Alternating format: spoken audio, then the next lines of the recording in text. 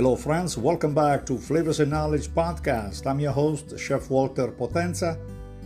Today I want to talk about the differences in Italian flours.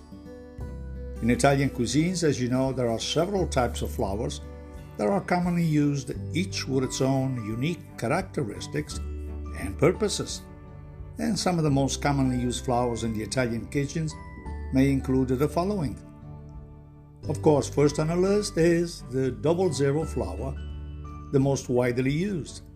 A fine-grained, highly refined wheat flour that is used for making pasta, pizza, focaccia, and cakes.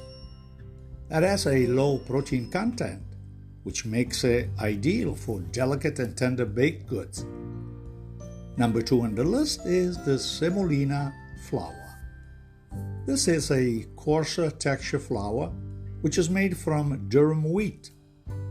It is used for making pasta, mostly dry, and also for breading and frying. Number 3 on the list, chestnut flour. Not often used in classic cooking, this flour is made from ground chestnut and has a undertone sweet, nutty flavor. Used in traditional Italian cakes, biscuits, and breads, particularly in the central and northern regions of Italy. And of course, chestnut flour has no gluten.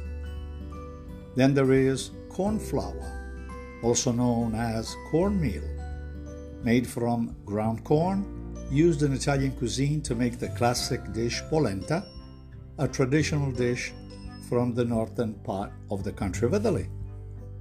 Lastly, rice flour, made from ground rice, used in Italian cuisine for making delicate and crispy pastries, and used in different ways to bring the delicate taste of fried rice ball known in Sicily as arancini. These are just a few of the many flours that are used in Italian cooking. There are several more, but I think these are the ones that you ought to concentrate the most. Their characteristics and their taste will bring the just flavor to anything that you bake. And that is all here for Flavors and Knowledge and the difference on Italian flours. I hope it was to your interest. Quick learning, that is. I will reconnect on the next round with another exciting topic. Lastly, so eat well and stay well. Ciao, ciao.